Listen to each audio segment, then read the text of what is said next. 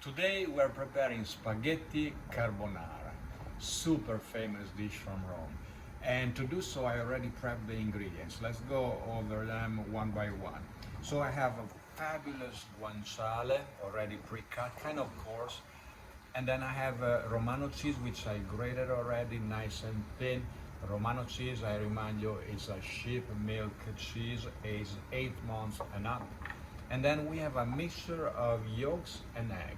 Now, the purists of this recipe use only yolks, but honestly, I think if you add an egg whites in there, it's gonna help you creating more of a saucy and creamier sauce. After all, egg white is just water and a little bit of egg protein, so it just fits naturally in there, and it will help you with the sauce making. And then, of course, our spaghetti. Typically for this dish, you wanna use a thick thick spaghetti, and then a black pepper, coarse, and a touch of extra virgin olive oil for rendering the guanciale. So let's start. We're gonna render the guanciale on a medium-low heat for quite some time. So I wanna make sure that the guanciale gets nice and crispy before I remove it from the pan in part. Let's see. Okay, so we're cooking our pasta in plenty of boiling water, seasoned lightly with salt. Don't forget to stir your pasta occasionally. My guanciale is rendering nice and crispy. And while this is still cooking, I'm gonna start preparing my egg mixture. So I have the egg, the yolks, and then I'm gonna add the Romano cheese to it, black pepper, and a pinch of salt.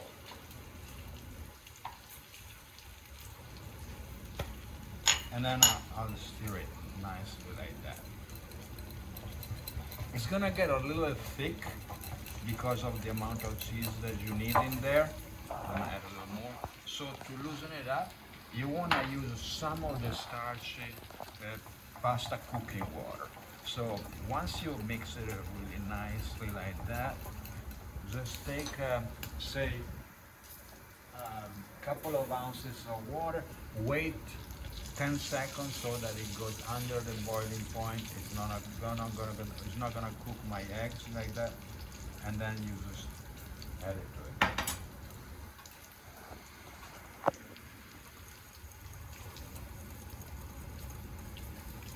Okay. So now that the guanciale is ready, I'm gonna reserve some on the side for topping carbonara, okay? And I leave the rest in the skillet. There you go. Turn the heat off at this point, and let's wait for the pasta to be fully cooked. So my pasta is slightly undercooked. I'm gonna stir it and add it to the mixture of guanciale and rendered fat. And this is a very important step of the recipe.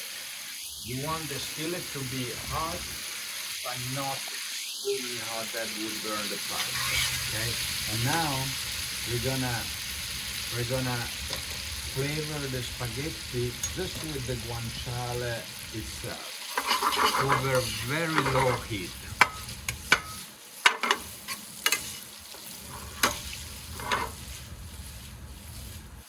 Most important step of the recipe, add a little bit of cooking water. The starch will help keeping the sauce all together, but also it will prevent the eggs from scrambling and curdling on the bottom of the pan. At this point, you want the heat completely off. Now I have my egg mixture with cheese and salt and pepper.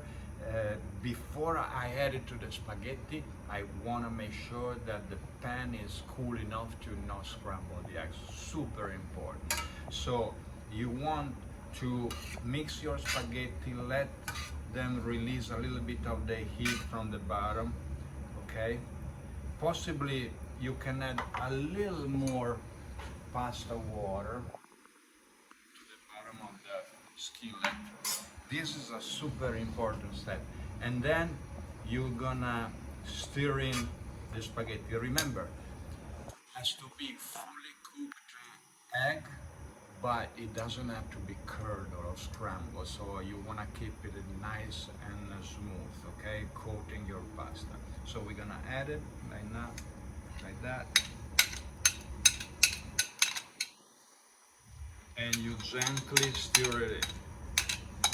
Sometimes just the heat of the pan will make the trick. Sometimes you're gonna turn on the heat again and cook the egg a little bit longer. But again, you can go back if you overcook it to begin with.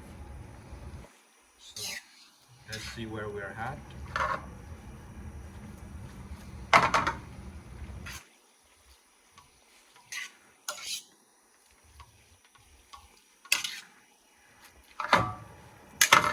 Let's add a little more pasta water to thin out the mixture.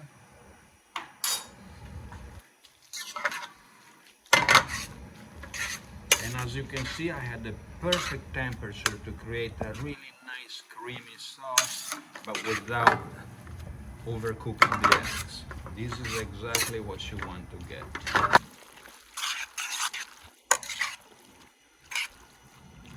Okay, so beautiful carbonara ready to be plated. Nice and creamy.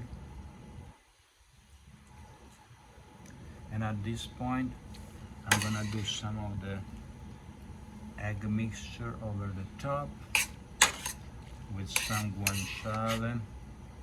But I do have some extra guanciale crispy to top the dish. Very light on Romano cheese and a generous amount of black pepper.